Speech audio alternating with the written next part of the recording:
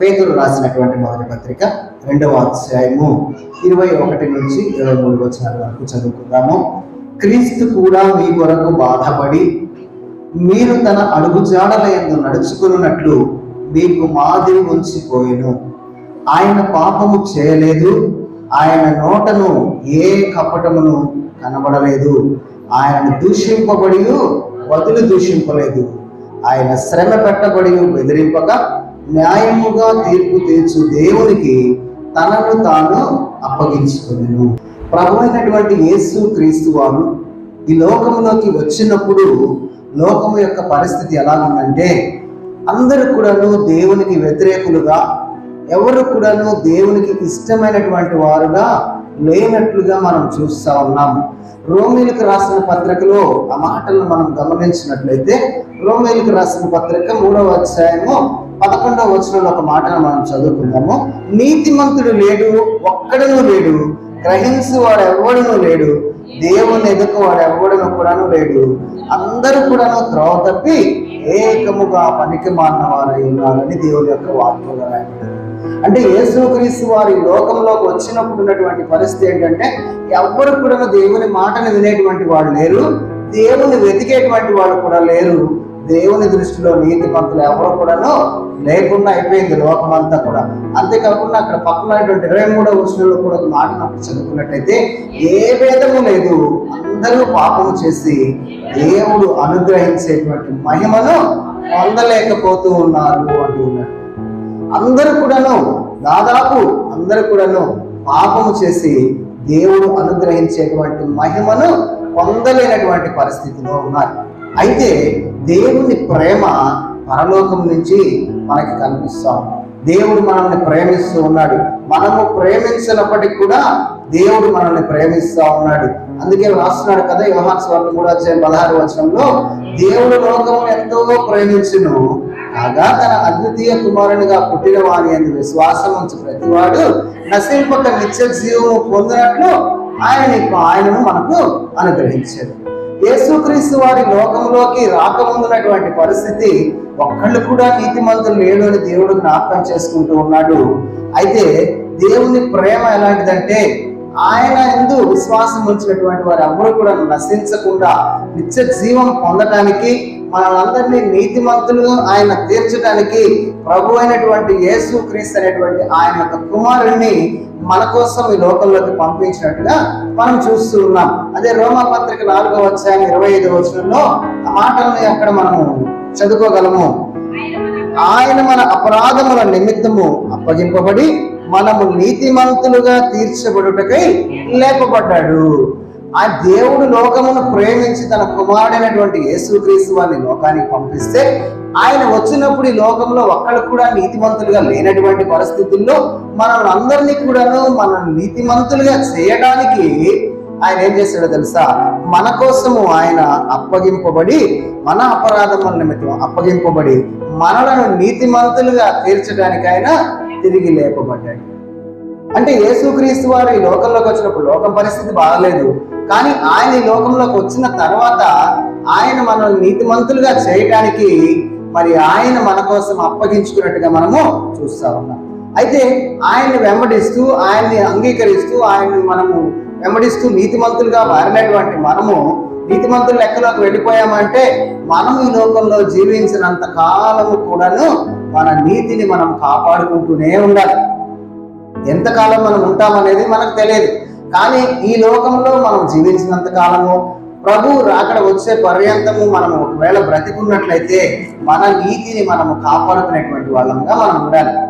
నేను ఎప్పుడూ చెప్తూ ఉంటాను, మనల్ని దేవుడు రక్షించిన తర్వాత, నీతిమంతులుగా తీర్చిదిద్దిన తర్వాత నీ బాధను పడు అని అనలేదు ఆయన.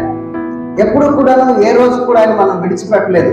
అందుకే ఈ అమూల్యమైనటువంటి గ్రంథాన్ని మనకిచ్చి, ఈ గ్రంథంలో ఉన్నటువంటి దేవుని మాటలను మనం చదువుకుంటూ ఉన్నప్పుడు ఎక్కడ మనం తప్పిపోకుండా మన నీతిని మనము కాపాడుకుంటూ ఉంటాము. దేవునికి ఇష్టమైనటువంటి వారితో మనము జీవిస్తూ ఉంటాం. అందుకే మనకి చాలా పరిచయమైనటువంటి మాట, సుపరిచితమైనటువంటి మాట, ఎవరైనా కూడా మరణించినప్పుడు వాళ్ళు ఎలాగైనా మరణించలేండి, దాని మీద ఒక వాక్యం వేస్తుంటారు. వచ్చినటువంటి సేవకులు కూడా మాట ముందు చదివి చెప్తూ ఉంటారు, నీతిమంతుని జ్ఞాపకము చేసుకునుట ఆశీర్వాదకరము అని. నీతిమంతులు అని మనం ఎప్పుడు తెలుస్తుంది మనకు? మనము నీతిమంతులుగా తీర్చబడ్డాము, కానీ ఆ నీతిలో మనం నిలబడ్డామో లేదో, నీతిమంతులుగా ఉన్నామో లేదో ఎప్పుడు తెలుస్తుంది మనకు? మనం మరణించిన తర్వాత మరి ఆ పరలోకానికి వెళితే మనం నీతిమంతులుగా దేవుని దృష్టిలో ఉన్నామనేటువంటి విషయం అర్థమవుతుంది. కానీ ఈ లోకంలో మనం చదువుకునేటువంటి ఆ వాక్యము నీతిమంతుని జ్ఞాపకం చేసుకున్నట మనకు ఆశీర్వాదకరము. అంటే నీతిమంతులు ఎవరైనా ఉన్నారంటే ఈ లోకంలో ప్రభు అయినటువంటి యేసు క్రీస్తు వారు తప్ప ఒక్క నీతిమంతుడు కూడా ఎవరు కూడాను లేదు. ఆ నీతిమంతుని మనం జ్ఞాపకం చేసుకోవటము ఆశీర్వాదకరం. ఎందుకంటే తను నీతిగా జీవించాడు, ఆయన మనల్ని నీతిమంతులుగా చేయడానికి ఆయన మన కోసము అర్పించాడు. ఆయన తన యొక్క ప్రాణాన్ని అర్పించాడు, తన రక్తాన్ని మన కోసము అర్పించినట్టుగా మనం చూస్తా ఉన్నాం.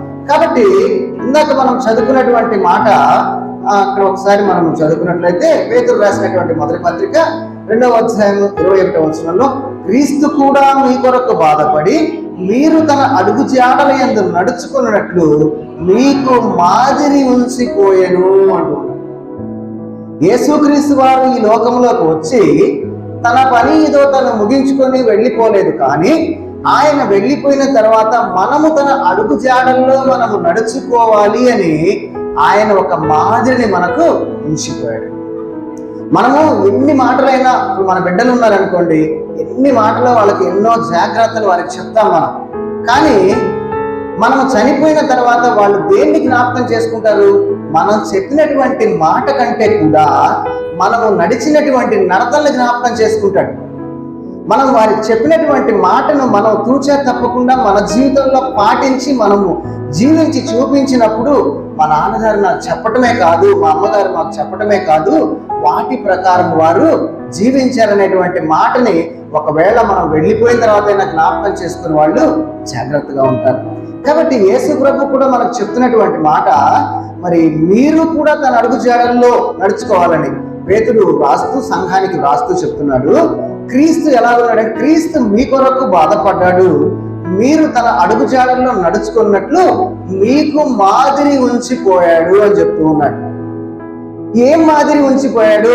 ఆ మాదిరిని మనం ఏమి అనుకరించాలి అంటే, యేసుక్రీస్తు వారు చెప్పినటువంటి మాటలు అందరూ విన్నారు, కానీ ఆయన చెప్పినటువంటి మాటల ప్రకారము ఆయన జీవితము లేకపోయినట్లయితే ఈరోజు ఆయన గురించినటువంటి మాటలే మన మధ్యలో ఉండేవి కాదు, ఎప్పుడో మర్చిపోయేవాళ్ళు అందరూ.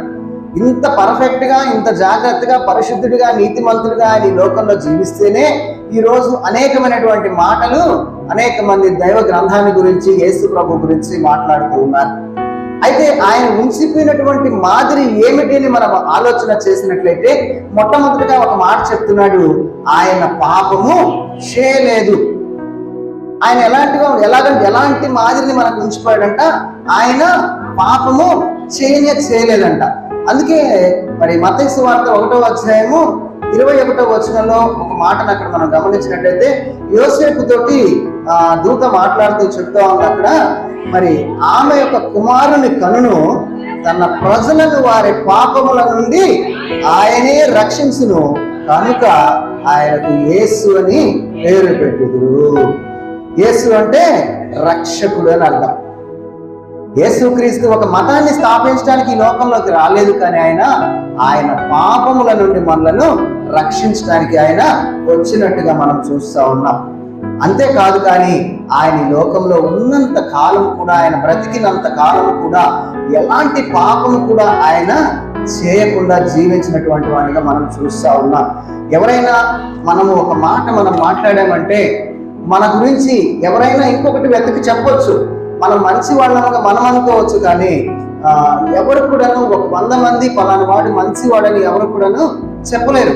ఎవరో ఒకళ్ళు ఏదో ఒకటి మన మంచి గురించి 99 మంది చెప్పినా కూడా ఇంకొకళ్ళు ఏదో ఒక మాటను చెప్పగలరు. కానీ యేసుక్రీస్తు గారు ఒక మాట అంటాడు ఈ లోకంలో ఉన్నప్పుడు, యోహాను సువార్త 8వ అధ్యాయం 46వ వచనంలో, నా యందు పాపము ఉన్నదని మీలో ఎవరు స్థాపిస్తారు? ఎవరు నిరూపించగలరు? ఎవరైనా నిరూపించగలరు అంటే ఎవరు కూడాను చెప్పలేకపోయారు. ఎన్నో నేరాలు ఆయన మీద చెప్పినప్పటికీ కూడా ఈయన పాపము చేశాడు, ఈయన పాపములో ఉన్నాడు, పాపములో జీవిస్తున్నాడు, ఈ చిన్న పాపం ఈయన చేశాడని ఎవ్వరు కూడాను ఆయన గురించి చెప్పలేకపోయారు. ఆ యేసుక్రీస్తు వారు అంత ఖచ్చితంగా ఆయన తన గురించి చెప్పినప్పుడు ఎవరైనా నిజంగా పాపం ఉంటే ఊరుకుంటారంటే ఎవరు కూడా ఆయన గురించి చెప్పలేకపోయారు. హెబ్రీయులకు రాసిన పత్రిక 4వ అధ్యాయము మరి 15వ వచనంలో ఒక మాటను అక్కడ మనం చూసినట్లయితే, మన ప్రధాన యాజకుడు మన బలహీనతలు యందు మనతో సహానుభవం లేనివాడు కాదు గాని సమస్త విషయంలో మన వల్లనే శోధింపబడినను ఆయన పాపము లేనివాడుగా ఉన్నాడు. భక్తులు రాస్తూ చెప్తున్నటువంటి మాట ఏంటంటే, ఆయన మనలాగా అన్నిటిలో శోధించబడ్డాడు లోకంలో.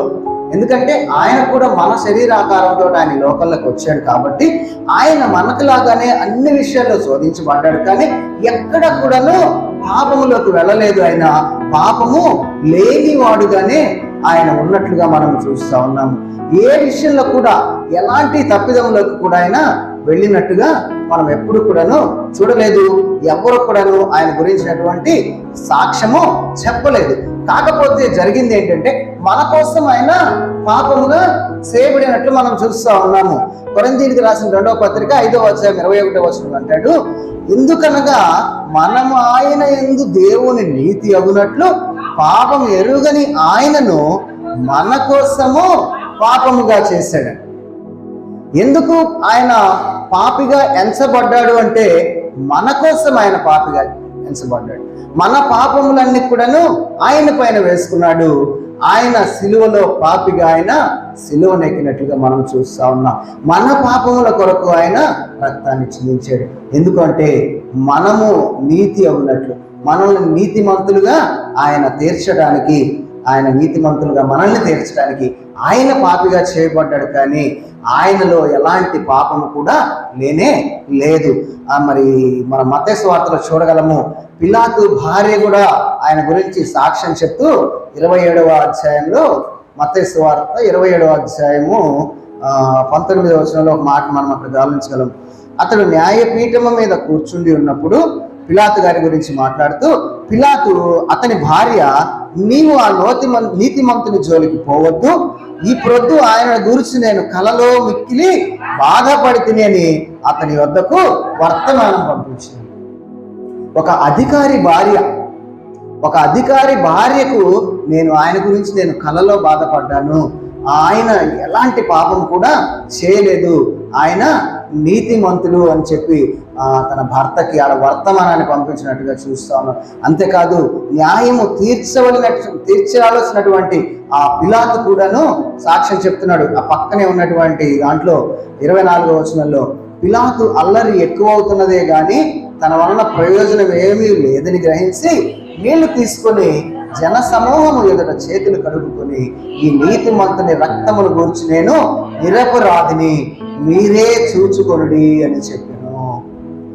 న్యాయము చెప్పవలసినటువంటి ఒక అధికారి కూడా అన్ని రకాలుగా విచారించి ఏ విధమైనటువంటి నేరం మోపినా కూడా ఆయన యందు ఏ తప్పిదము కూడా ఆయనకి కనిపించలేదు. ఏ తప్పిదము కూడా కనిపించినటువంటి పరిస్థితుల్లో ఈయన నీతిమంతుడు, ఈయన రక్తమును గురించినటువంటి అపరాధము నాకు ఎలాంటి సంబంధము లేదు అని చెప్పి ఆయన ప్రజలందరి ఎదురుగా కూడా ఆయన చేతులు కడుపునట్టుగా మనం చూస్తా ఉన్నాం. అంటే ప్రభు అయినటువంటి యేసుక్రీస్తు వారు మనకి ఉంచుకున్నటువంటి మాదిరి ఏంటో తెలుసా? ఆయన ఎంత మనలాంటి జీవితము, మనలాంటి ఆకారంలో వచ్చి ఆయన లోకంలో జీవించినప్పటికీ కూడా ఎలాంటి పాపము కూడా లేనటువంటి వ్యక్తిగా ఆయన్ని మనం చూస్తా ఉన్నాము. ఆ పాపం అనేది ఆయనలో ఎప్పుడు కూడాను కనిపించలేదని మనం చూస్తా ఉన్నాం. అలాంటి జీవితాన్ని, పాపము లేనటువంటి జీవితాన్ని ఆయన మనకు మాదిరిగా ఇచ్చిపోయినట్టుగా మనం చూస్తా ఉన్నాము.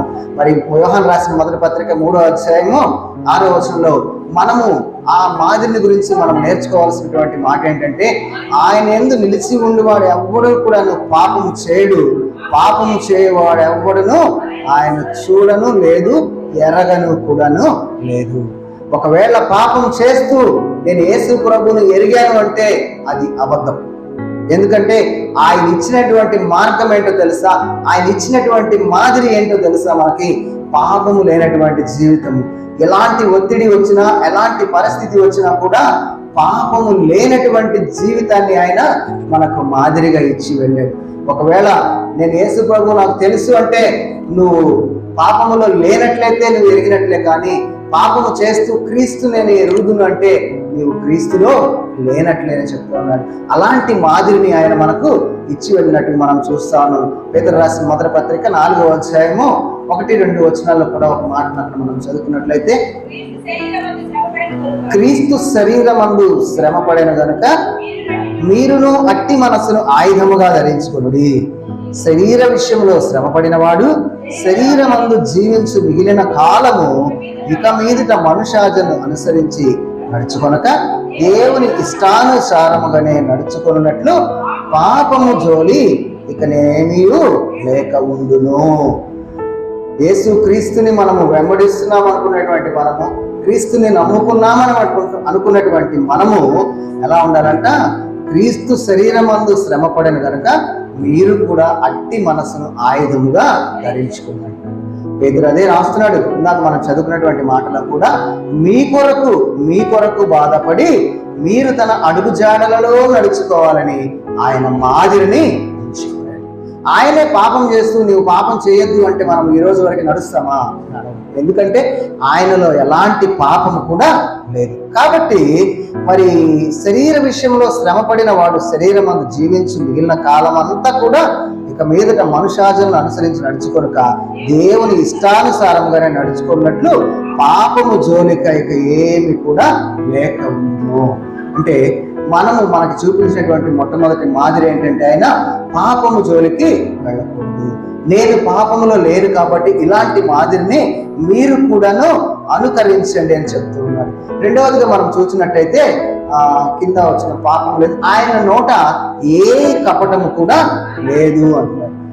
ఏ కపటము కూడా లేదు అంటున్నాడు. యెషయా గ్రంథము 53వ అధ్యాయము 9వ వచనంలో మరి చివరి మాటలు మనం చూసినట్టయితే, నిశ్చయముగా అతడు అన్యాయం ఏమీ చేయలేదు, అతని నోట ఏ కపటం కూడా లేదు.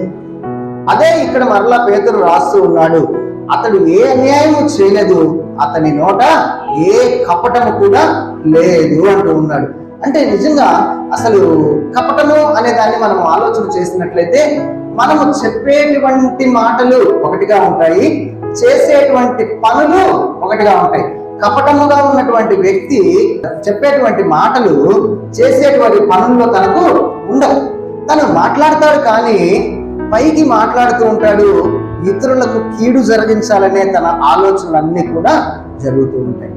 కానీ కపటముగా ఉన్నటువంటి వ్యక్తి అలాగుంటాడు. కానీ యేసుక్రీస్తు వారు అలాగ లేడు.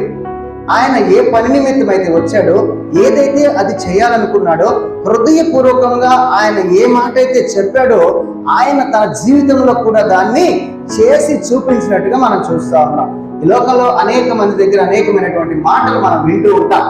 కానీ వారి జీవితాల్లోకి మరలా మనం తొంగి చూసినప్పుడు ఆ మాటలను వాళ్ళు అనుకరించేటువంటి వారుగా వాళ్ళు ఉండరు. నేనే ఉన్నాను అనుకోండి, నేను ఇక్కడికి వచ్చి అనేక సార్లు నేను వాక్యం చెప్తూ ఉన్నాను, చాలా జాగ్రత్తలు చెప్తూ ఉన్నాను. ఎప్పుడైనా నా జీవితంలో మీరు తొంగి చూసినప్పుడు అలాంటి మాటలు నా జీవితంలో లేవనుకోండి, నమ్ముతారా మీరు? నన్ను నమ్మరు. అలాగే యేసుక్రీస్తు వారు ఎలాంటి కపటము కూడా లేనటువంటి వ్యక్తిగా ఆయన ఉన్నాడు. ఆయన ఏమైతే ఈ లోకంలో ఉన్నప్పుడు బోధించాడో వాటి కోసమే ఆయన నిలవబడినట్టుగా మనం చూస్తా ఉన్నాం. ఒక చిన్న ఉదాహరణ మనం చూసినట్లయితే మత్తయి సువార్త 15వ అధ్యాయంలో కొన్ని మాటలు అక్కడ మనం చూడగలము. 4-5 వచనాల్లో మనం అక్కడ చూసినట్లయితే, తల్లిదండ్రులను ఘనపరచుమనియు తండ్రినైనను తల్లినైనను దూషించువాడు తప్పక మరణము పొందవలనైనను దేవుడు సెలవిచ్చాడు. మీరైతే ఒకడు తన తండ్రినైనను తల్లినైనా చూచి నా వల్ల నీకేది ప్రయోజనకరమగునో అది దేవార్పితమని చెప్పిన యెడల అతడు తల్లినైనను తండ్రినైనను ఘనపరచక్కర్లేదని చెప్పుచూ ఉన్నారు అంటూ ఉన్నాడు.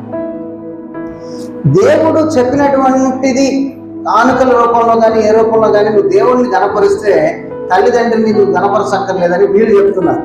కానీ యేసు ప్రభువు ఏం చెప్తున్నాడు? తల్లినైనను తండ్రినైనను దూషించద్దు అంటూ ఉన్నాడు. తల్లినైనను తండ్రినైనను ఘనపరచాలని ఖచ్చితంగా ఆయన చెప్తూ ఉన్నాడు. కానీ ఆయన ఈ లోకంలో ఉన్నప్పుడు ఆ పని చేశాడంటే ఎప్పుడు చేశాడో తెలుసా? సిలువలో కొద్ది సేపట్లో ప్రాణం పోతుంది అనగా కూడా ఆయన చేసినట్లుగా మనం చూస్తా ఉన్నాం. తల్లిని చూచాడు. అక్కడ 3వ మాటగా మనం ధ్యానిస్తూ ఉంటాం. 7 మాటల్లో మనం తల్లిని అక్కడ చూచాడు. తనకు తండ్రి ఉన్నాడో లేదో మనకైతే తెలియదు, తర్వాత యోసేపు గారి గురించి తెలియదు. ఆ అన్నదమ్ములందరూ కూడా ఆయన వ్యతిరేకించారు. ఒకవేళ ఈ తల్లి ఆయన దగ్గరకు వచ్చినప్పుడు మరలా వాళ్ళ ఇంటికి రాణిస్తారో లేదో కూడా తెలియదు. కానీ ఆయన ఏదైతే ఈ లోకంలో ఉన్నప్పుడు అందరికీ బోధించాడో అదే ఆయన తల్లి విషయంలో కూడా అక్కడ చెప్తూ ఉన్నాడు కదా. యోహాన్ని పిలిచి, అమ్మాయిడు నీ కుమారుడు, ఈమె నీ తల్లి అని యోహానికి ఆ తల్లిని మనము ఆయన అప్పగించినట్టుగా మనం చూస్తా ఉన్నాం.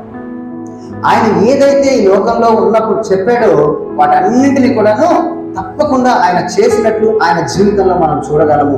అంతేకాదు కానీ చివరికి ఆయన మరణం విషయంలో కూడా ఆయన చెప్పిన మాటని తూచా తప్పకుండా పాటించినట్లుగా మనము చూస్తాం. యోహాను సువార్త 10వ అధ్యాయము 10వ వచనంలో ఒక మాటను అక్కడ మనం చదువుకున్నట్లయితే, గొర్రెలకు జీవము కలుగుటకు, అది సమృద్ధిగా కలుగుటకు నేను వచ్చి తినని మీతో నిశ్చయముగా చెప్పుచూ ఉన్నాను. నేను గొర్రెలకు మంచి కాపరి గొర్రెల కొరకు తన ప్రాణమును పెట్టును అంటున్నాడు. ఒక మంచి గొర్రెల కాపరి తన గొర్రెల కొరకు ప్రాణం పెడతాడు అని చెప్తున్నాడు. నిజంగా అండి, గొర్రెల్ని కాసేటప్పుడు చూడండి, గొర్రెల గురించి ఎందుకు చెప్పారంటే గొర్రెలు అంత సాత్వికంగా ఉంటాయి, అవి ఎలా నడిపిస్తే అవి వెళ్తాయి. గొర్రెల్ని కాసేటువంటి వాళ్ళంట ముందు ఉండి గొర్రెల మందలు నడిపిస్తూ ఉంటారంట. ఆ కాపురు ఎటు వెళితే వెళ్తుంటాయంట. మేకల్ని కాసేటువంటి వాళ్ళు మాత్రం వెనకుంటారు. మేకలు వాళ్ళు వెనకెడితే రావంట. గొర్రెలకి కాపరి ముందే ఉంటాడంట. అంటే ముందుండేటువంటి వాళ్లకు ఏ ప్రమాదం జరిగినా కానీ ముందు వెళ్ళేటువంటి వాళ్ళకి జరుగుతాయి. ఆ ప్రమాదాన్ని చూచినప్పుడు వాటిని జాగ్రత్తగా ఆయన కాపాడుకుంటాడు. అలాగా ఒక గొర్రెల కాపరి, ఒక మంచి గొర్రెల కాపరి తన గొర్రెల కొరకు ప్రాణాన్ని పెడతాడు. యేసుక్రీస్తు వారు చెప్తున్నాడు, నేను గొర్రెలకు మంచి కాపరిని అంటూ ఉంటాడు. ఆయన మన కోసం ప్రాణం పెట్టాడంటే తప్పనిసరిగా ఆయన ప్రాణము పెట్టాడు. మన కోసం ఆయన ప్రాణం పెట్టాడు. ఇందాకనే మనం చదువుకున్నాం, ఆయనలో ఏ పాపము కూడా లేదు. పాపములో ఉన్నటువంటి మనలను, అనీతిలో ఉన్నటువంటి మనలను నీతిమంతులుగా, పరిశుద్ధులుగా ఆయన తీర్చిదిద్దటానికి పాపము లేనటువంటి వాడు అయినప్పటికీ కూడా పాపముగా చేయబడి మన కోసం ఆయన ప్రాణం పెట్టాడు. ఎందుకంటే ఆయన చెప్పినటువంటి మాట ఏదైనా కానీ తప్పిందంటే ఆయనలో ఎలాంటి కపటం కూడా లేదు. ఆయనలో ఎలాంటి కపటం కూడా లేదు. ఆయన మన కోసము ప్రాణం పెట్టినట్టుగా మనం చూస్తా ఉన్నాము. మరి చివరిగా మరి రాసినటువంటి పత్రికలో 5వ అధ్యాయంలో 12వ వచనాన్ని ఒకసారి మనం అక్కడ చదువుకున్నట్లయితే, నా సహోదరులారా, ముఖ్యమైన సంగతి ఏదనగా ఆకాశము తోడని గాని భూమి తోడని గాని మరి దేని తోడైనా గాని ఒట్టు పెట్టు కనుక మీరు తీర్పు పాలు కాకుండాన్నట్లు అవునంటే అవును, కాదంటే కాదు అని ఉండవలను. ఏదైనా ఒక మాట చెప్పాము అంటే మనము మరి ఎలా ఉండాలంట, మన నోట్లో ఏ కపటము లేకుండా మన మాట అవునంటే అవును, కాదంటే కాదు అన్నట్లుగా మనము ఉండాలి. ఎవరైతే లోపల వేరేది పెట్టుకొని అబద్ధ సంబంధమైనటువంటి మాటలను తీయగా మనకి బోధిస్తూ ఉన్నారో, యోహాను సువార్త 8వ అధ్యాయం 44వ వచనంలో చెప్తాడు దేవుడు, వాళ్ళు అపవాది సంబంధులు, అపవాది పిల్లలు అని దేవుడు తేల్చి పడేస్తున్నాడు. మరి ఇంత ప్రయాస పడుతుంది మనము, ప్రభు ఒక మాదిరి మనకి ఇచ్చాడు అంటే మనల్ని ఒక ఉన్నతమైనటువంటి స్థానంలో మనల్ని ఉంచడానికే. ఇందాక రాసినటువంటి పేతురు రాసిన పత్రికలలో ముందుగా మనం చదువుకున్నట్లయితే, దేవుడు మన రాజులైనటువంటి యాజక సమూహంగా మనల్ని చేశాడు. ఆయన మనం దాన్ని కాపాడుకోవడానికి కొన్ని మాదిరిలు మనకి ఉంచిపోయాడు. ఆ మాదిరిలో రెండవదిగా మనం చూసినట్లయితే ఆయన నోటలో ఎలాంటి కపటం కూడా లేదంట. మూడవదిగా మనం చూసినట్లయితే అక్కడ ఆయన దూషించబడినా కూడా బదులు దూషించలేదంట. ఆయన్ని ఎంత దూషించినా కూడా అనేక మంది ఆయన్ను దూషించినట్లుగా మనం చూస్తా ఉన్నాం. మత్తయి సువార్తలో మనం చూసినట్లయితే ఆయన్ని ఎంతమంది అన్నారో అక్కడ మనము చదువుకోగలం. మత్తయి సువార్త 27వ అధ్యాయంలో కొన్ని మాటలు అక్కడ మనం చదువుకోగలము. 39వ వచనాన్ని మనం చూసినట్లయితే 29వ వచనాన్ని మనం చూద్దాము. మత్తయి సువార్త 27వ అధ్యాయము 29వ వచనాన్ని ఒకసారి మనం చూసినట్లయితే, ఆయన ముండ్ల కిరీటమును అల్లి ఆయన తలకు పెట్టి ఒక రెల్లు ఆయన కుడి చేతిలో ఉంచి ఆయన ఎదుట మోకాళ్ళుని, యూదుల రాజా నీకు శుభం అని అపహసించారంట. వాస్తవంగా చెప్పలేదు ఆయన్ను, నీవు యూదుల రాజు అని వాళ్ళు ఒప్పుకోలేదు. ఆయన ఏం చేస్తున్నారు, ముండ్ల కిరీటం ఎత్తిన పెట్టి రాజదండం ఉండేటువంటి ప్లేస్లో మంచి కిరీటానికి బదులు ముళ్ళ కిరీటం పెట్టి రాజదండం ఉండేటువంటి ప్లేస్లో ఒక రెల్లును ఆయనకి ఇచ్చి ఆయన కుడి చేతిలో ఉంచి ఆయన ఎదురుగా మోకాళ్ళుని ఈ ఎగతాళిగా ఆయన ఏం చేస్తున్నారు, యూదుల రాజు అని ఆయన్ని అపహసిస్తూ ఉన్నారంట, ఎగతాళి చేస్తూ ఉన్నారు. ఆయన పిలాతు దగ్గరికి వెళ్ళినప్పుడు ఆయన అడిగితే నేను యూదులకు రాజు అంటే నీవు అన్నట్టే అన్నాడు. కానీ ఇక్కడ ఏం చేస్తున్నారు, వీళ్ళు అపహసిస్తూ ఉన్నారు, అంటే ఈ ఎగతాళి చేస్తూ ఉన్నారు. రెండు రకాలుగా మనతో కూడా చాలా మంది రెండు రకాలుగా మాట్లాడేటువంటి వాళ్ళు ఉంటారు. ఒక రకంగా మనల్ని పొగిడినట్టే ఉంటారు, కానీ పొగడటం వెనక ఎంతో అపహాస్యాన్ని మనం చూస్తూ ఉంటాం. ఆ తర్వాత ఆ మాటను విన్నప్పుడు చాలా నొచ్చుకుంటాం మనం. కానీ ఆయన దూషింపబడి కూడా ఆయన ఒక్క మాట కూడా ఆయన దూషించలేదు. పిలాతు కూడా అడిగినప్పుడు నేను అవును ఫలానా చోట నుంచి వచ్చానని నేను సాక్ష్యం కూడా చెప్పి నువ్వు అన్నట్లే అన్నాడు, అంతే. అలాగే ఇక్కడ కూడా ఆయన్ని అపహసిస్తూ ఎగతాళిగా మాట్లాడుతూ ఉన్నప్పటికీ కూడా ఆయన్ని ఒక్క మాట కూడా ఆయన బదులు చెప్పలేనట్లుగా మనం చూస్తూ ఉన్నాము. అంతేకాకుండా మరి 29 తర్వాత 39వ వచనంలో కూడా ఒక మాటను అక్కడ మనం చూడగలము. 39 నుంచి ఆ మార్గమును వెళ్ళిచుండిన వారు తరలి ఊచుచు దేవాలయమును పడగొట్టి 3 దినముల్లో కట్టువాడా నిన్ను నీవే రక్షించుకొనుము అంటూ ఉన్నాడు. నీవు దేవుని కుమారుడు అయితే శిలువ మీద నుండి దిగమని చెప్పుచు ఆయన్ని దూషించారు. ఇంకా ఎవరు, దారిన పోయేటువంటి వాళ్ళంట. దేవాలయాన్ని పడగొట్టి 3 దినాల్లో నిర్మిస్తానన్నావుగా, ఆయన ఏ దేవాలయాన్ని గురించి చెప్పాడో వాళ్ళకి అర్థం కాలేదు. వింటే కదా అర్థమయ్యేది. అర్థం కాకుండా వాళ్ళు ఏం చేస్తున్నారు, ఆయన్ని ఎగతాళిగా దూషిస్తూ ఉన్నారు. అంతేకాకుండా ఆయన్ని నీవు గనక దేవుని కుమారుడు అయితే శిలువ మీద నుండి దిగొచ్చి నిన్ను నీవు రక్షించుకొని ఎగతాళి చేశాడు. ఆయన రక్షించుకోలేక శిలువనెక్కాడు ఆయన కాదు కదా, ఆయన మన కోసం శిలువనెక్కాడు. ఇష్టపడి ఆయన్ను శిలువనెక్కాడు. ఆయన ఇష్టపడి సిలువెక్కాడు. తండ్రి చిత్తాన్ని ఆయన నెరవేర్చడానికి ఆయన సిలువెక్కినట్టుగా మనం చూస్తూ ఉన్నాం. కానీ వాళ్ళు ఏమంటున్నారు, దూషిస్తున్నారు. ఆయన ఒక్క సమాధానం కూడా చెప్పలేదు. ఎందుకంటే అది అంతా కూడా ఆ విధంగా జరగాలి కాబట్టి ఆయన ఒక్క మాట కూడా బదులు మాట్లాడినట్టుగా అక్కడ మనము చూస్తూ ఉన్నాము. ఇంకా మనం కిందకు వచ్చినట్లయితే అలాగే శాస్త్రులు, పెద్దలు, ప్రధాన యాజకులు కూడా ఆయన అపహసించచ్చు. వీడు ఇతరులను రక్షించిన గాని తనను తాను రక్షించుకోలేదు. ఇశ్రాయేలు రాజు కదా, ఇప్పుడు శిలువ మీద నుండి దిగినాడలా వారిని నమ్మదుము అంటున్నాడు. ఇతరులను అనేక మందిని రక్షించాడు, చనిపోయినటువంటి వారిని లేపాడు, గుడ్డి వాళ్ళకి చూపు తెచ్చాడు, మూగ వాళ్ళకి మాట ఇచ్చాడు, చెవిటికి వాళ్ళకి చెవులు ఇచ్చాడు, కానీ గుడ్డి వాళ్ళని నడిచేటట్టు చేశాడు. కానీ అనేక మందిని మరి చనిపోయే వాళ్ళని కూడా బ్రతికించాడు, కానీ తనను తాను రక్షించుకోలేడు అని ఆయన్ని ఎగతాళి చేస్తా ఉన్నాడు. ఆయన ఒక్క మాట కూడా ఆయన సమాధానం వాళ్ళకి చెప్పనట్టుగా నోరు తెరిచి ఎంత దూషించినా కూడా ఒక్క మాట కూడా ఆయన సమాధానం చెప్పనట్టుగా అక్కడ మనము చూస్తా ఉన్నాము. అంతేకాదు, ఇంకా మనం కిందకు వచ్చినట్లయితే వాడు దేవుని యందు విశ్వాసం ఉంచెను, నేను దేవుని కుమారుడని చెప్పాను కనుక ఆయనకి ఇష్టడైతే ఆయన ఇప్పుడు అన్ని తప్పించమని చెప్పి, అంతేకాకుండా ఆయనతో కూడా సిలువ వేయబడిన బందిపోటు దొంగలు కూడా అలాగే ఆయన్ను నిందించారు. ఎవ్వరికి కూడా ఒక్క మాట కూడా ఆయన సమాధానం చెప్పలేదు. ఆయన ఎన్ని అన్నా కూడా ఆయన ఎదురు మాట్లాడలేదు. అంతేకాకుండా ఆయన కుటుంబం వారు కూడా ఆయన నిందించినటువంటి పరిస్థితిని మనము చూసాము. ఆయన కుటుంబం వారు కూడా ఆయన్ను నిందించినట్టుగా మనం చూస్తూ ఉన్నాము.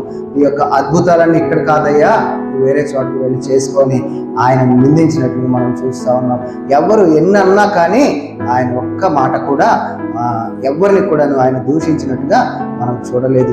అందుకే మత్తయి సువార్తలో మనం కొన్ని మాటలు అక్కడ మనం చదువుకున్నట్లయితే 12వ అధ్యాయము 36వ వచనంలో చూసినట్లయితే, నేను మీతో చెప్పున్నది ఏమనగా మనుషులు పలుకు ప్రతి వ్యర్థమైన మాటల గురించి విమర్శ దినమున లెక్క చెప్పవలసి ఉండును.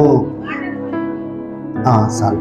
ప్రతి మాట, ఏ మాట అయితే మనం వ్యర్థంగా మాట్లాడుతున్నామో అవతల వ్యక్తి గురించి తెలియకుండా నోటికి వచ్చినట్టు ఇష్టం వచ్చినట్టు మనం మాట్లాడితే ఒకరోజు ప్రతి మాటని గురించి కూడా మనం లెక్క చెప్పాలి అంట.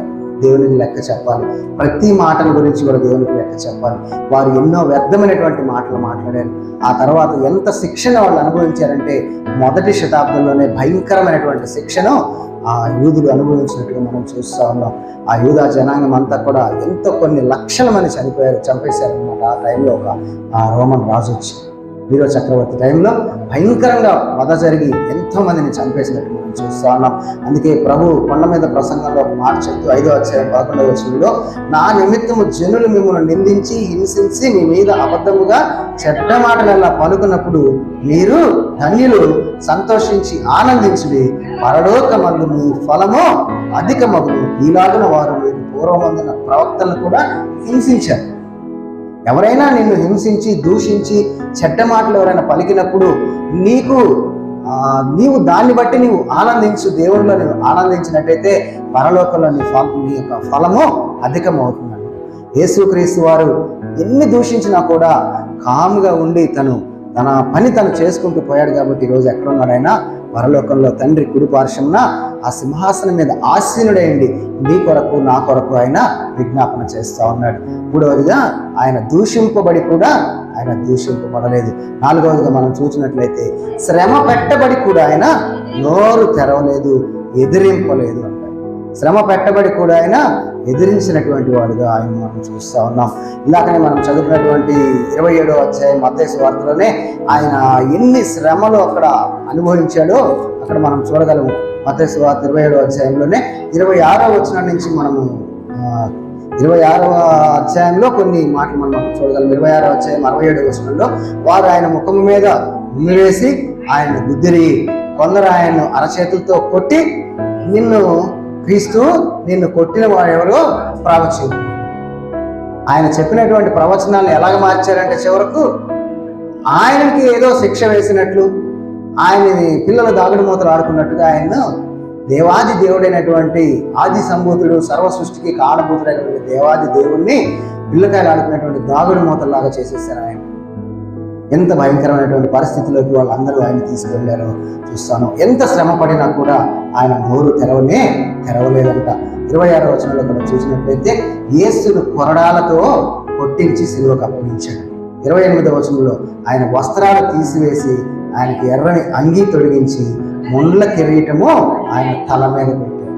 ఉన్నటువంటి వస్త్రాలు తీసివేసి ఆయనకు ఒక ఎర్రని అంగీ తొడిగించి ముండ్ల కిరీటాన్ని ఆయన తల మీద పెట్టి, ఆ ముళ్ళ కిరీటం పెట్టినప్పుడు ఎంత శ్రమను ఆయన అనుభవించి ఉంటాడో మనము అర్థం చేసుకోవచ్చు. అంతేకాకుండా కిందకు వచ్చినప్పుడు మరలా ఆయన మీద 30వ వచనంలో ఆయన మీద ఉమ్మి వేసి ఆయన అక్కడి నుంచి సిలువ వేయడానికి తీసుకెళ్ళిపోయినట్టు మనం చూస్తూ ఉన్నాము. 35వ వచనంలో కూడా ఆయనకు సిలువ వేసినప్పుడు మనకు చీట్లు వేసి ఆ వస్త్రాలన్నీ కూడా పంచుకున్నారంటే ఆయన ఏం చేశారంట, ఒంటి మీద బట్టలు లేకుండా వివస్త్రం చేసేసారు. మనం ఫోటోల్లో చాలా వరకు చూస్తుంటాం, కానీ ఆయన బట్టలు లేకుండానే సిలువ వేసినట్టు మనం ఎంత భయంకరమైనటువంటి స్థితిలోకి ఆయన తీసుకువెళ్ళారు. ఆయన ఎంత శ్రమ పొంది చివరికి ఏమయ్యాడు, సిలువ మరణానికి ఆయన అప్పగించుకున్నాడు. కాళ్ళలో చేతుల్లో మేకులు కొట్టబడి, తల మీద ముళ్ళ కిరీటం పెట్టబడి, ఉళ్ళంతా కొరడా దెబ్బలతో గాయాలతోటి ఆయన రక్తం కారుతూ శ్రమిస్తూ దప్పికవుతూ ఆ మిట్ట మధ్యాహ్నం ఎండలో ఆయన కష్టపడుతూ, ఎందుకోసమో తెలుసా, నీకోసం నా కోసం ఆయన శ్రమ పడి కూడాను నోరే తెరవలేదంట. ప్రభు చెప్తున్నటువంటి మాట లూకాసు వార్త 23వ అధ్యాయము 34వ వచనంలో మాటను అక్కడ మనం చూసినట్లయితే, అంత కష్టంలో కూడా ఆయన చెప్పినటువంటి మాట, తండ్రి మీరేమి చేస్తున్నారో మీరు ఎరుగరు కనుక వీరిని క్షమించండి. ఆయన నోరు తెరిచి చెప్పినటువంటి మాట ఎదురు మాట్లాడలేదు, కానీ ఆయన చెప్పినటువంటి మాట ఏంటో తెలుసా, తండ్రి మీరేం చేస్తున్నారో మీరు ఎరుగరు కనుక వీరిని క్షమించండి అని చెప్తా ఉన్నాడు. మరి కొలసీలు రాసిన పత్రిక 3వ అధ్యాయం 13వ వచనంలో మాటను మనం చూసినట్లయితే, ఎవరైనాను తనకు హాని చేసిన ఎంచుకునే ఎడల ఒకరికొకరు క్షమించుడి, ప్రభువు మిమ్మల్ని క్షమించులాగున మీరును కూడాను క్షమించండి. మరి కొలస్సీలకు రాసినటువంటి పత్రికలో పౌలు గారు రాస్తూ చెప్తున్నటువంటి మాట, ప్రభు ద్వారా ఆయన ప్రేరేపించుకొని రాస్తున్నటువంటి మాట, ఎవరైనా కూడా తనకు హాని చేసినని ఒకడు అనుకునే ఎడల ఒకరిని సహించచ్చు, ఒకరినొకరు క్షమించుడి, ప్రభువు మిమ్మల్ని క్షమించలాగిన మీరు క్షమించుడి. ప్రభు ఏం చేశారు, అక్కడ శ్రమ పెట్టబడి కూడా నోరు తెలియలేదు, మీరేం చేస్తున్నారో మీరు ఎరుగరు, వీరిని క్షమించండి అని చెప్పినటువంటి మాటలు మళ్ళీ ఇక్కడ మనకి జ్ఞాపకం చేస్తూ ఉన్నాడు. మీరు క్షమించండి, ఒకరినొకరు మీరు క్షమించండి అని చెప్తూ ఉన్నాడు. మరి ఆయన ఎంత శ్రమ పడ్డా కూడా ఆయన నోరు తెరవకుండా ఆయన క్షమించమనే చెప్పాడు. కానీ మరి ఎప్పుడు కూడా ఆయన ఎదురు తిరిగి మాట్లాడినట్టు మనము చూడాలి. ప్రభు ఉన్నటువంటి కాలంలో కూడా మత్తయి సువార్తలు 5వ అధ్యాయంలో మాట చెప్తున్న 44వ వచనంలో, నేను మీతో చెప్పున్నదేమనగా మీరు పరలోకమందున్న మీ తండ్రికి కుమారులే ఉండునట్లు మీ శత్రువులను ప్రేమించుడి, మిమ్మల్ని హింసించు వారి కొరకు ప్రార్థన చేయండి. ఈ మాటలన్నీ మనం చదువుకునేటప్పుడు మీకు కానీ మనకు కానీ ఎవరికైనా కానీ కష్టంగానే ఉంటుంది. అసలు ఈరోజు మనం కొద్దిగా అన్నా కూడా ఎవరిని కూడాను ఊరుకోలేము, ఓర్చుకోలేము. కానీ ప్రభువును మనం జ్ఞాపకం చేసుకున్నప్పుడు ఆయన పడేటువంటి కష్టం ముందు మన కష్టం అంత గొప్పదేమి కాదు.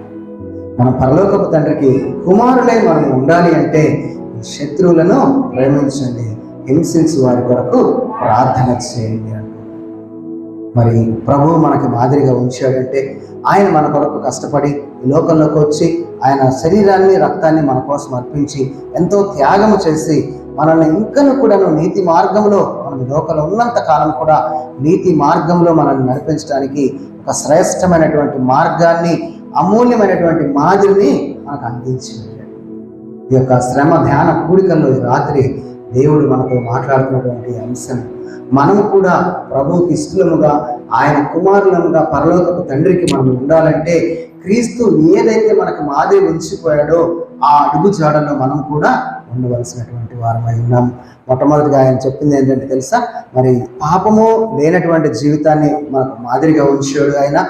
ఆయన కపటము లేనటువంటి ఆయన ఒక మాటలను కానీ ఒక మాదిరిగా మనకి ఉంచినట్టుగా మనం చూస్తూ ఉన్నాము. ఆయన దూషింపబడి కూడా బదులు దూషింపనటువంటి ఆయన యొక్క జీవితాన్ని మనం చూసాము. శ్రమ పెట్టబడి కూడా నోరు తెరవకుండా ఇతరులను క్షమించినటువంటి జీవితాన్ని మనం చూసినట్లుగా మనం చూస్తాము. అయితే అన్నిటినీ సహించి ఎందుకొరకు ఆయన ఓర్చుకున్నాడు అంటే మన కోసమే, నీ కోసము నా కోసమే ఆయన ఓర్చుకున్నట్టుగా మనం చూడగలము. గలతీ పత్రికలో ఆ మాటను మనం చదువుకోగలము. గలతీ పత్రిక 1వ అధ్యాయం 4వ వచనంలో మాట మనం చదువుకుందాము.